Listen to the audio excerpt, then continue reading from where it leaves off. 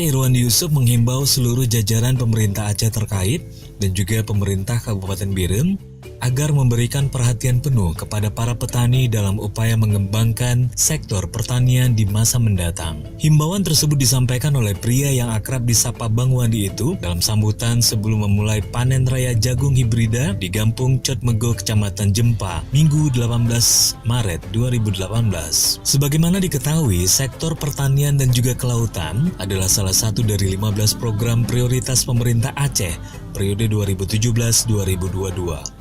Pemerintah Irwandi Nova juga memformulasikan sektor ini dalam program Aceh Mego dan Melaut.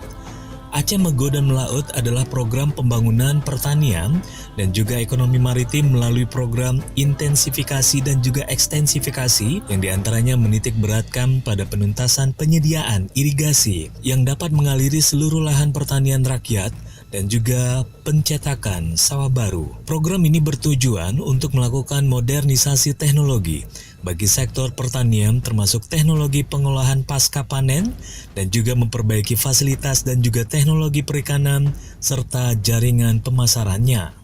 Untuk diketahui bersama, dalam beberapa tahun terakhir, pertanian merupakan sektor yang memiliki kontribusi terbesar dalam struktur perekonomian di Aceh dengan rata-rata peningkatan sebesar 3,11% dari 25,42% tahun 2012 menjadi 29,41% tahun 2016. Ini membuktikan bahwa sektor real ini menjadi pemberi daya ungkit yang besar dalam menyokong perekonomian Aceh.